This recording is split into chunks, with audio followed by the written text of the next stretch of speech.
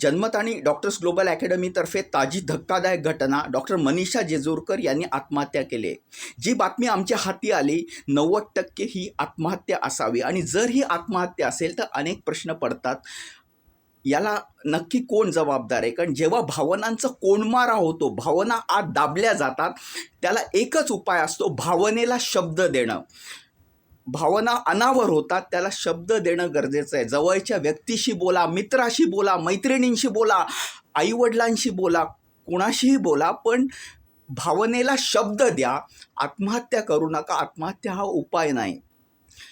दुसरी गोष्ट, जर ही आत्महत्या नसेल, 90% तरी जे आमच्या कानावर जी बातमी आली, अर्थात आम्ही या बातमीचा वारंवार शहानिशा करतोय, 90% ही आत्महत्या आहे.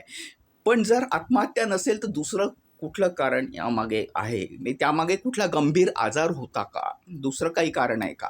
मात्र ही आत्महत्या असेल तर एक जळजळीत प्रश्न समाजासमोर येतो, डॉक्टरांमध्ये आत्महत्येचं प्रमाण का वाढतंय? नंबर 1. तसंच ओव्हरऑल आत्महत्येचं प्रमाण का वाढतंय? त्यासाठी काही हेल्पलाईन आहे का? खूप प्रश्न येतात. जनमत आणि डॉक्टर्स ग्लोबल अकॅडमीतर्फे या घटनेचे वारंवार अपडेट्स तर आम्ही देऊच, आणि शक्य झालं तर याबाबतीत गंभीर आणि सकारात्मक चर्चा घडवून आणण्याचा नक्की प्रयत्न करू.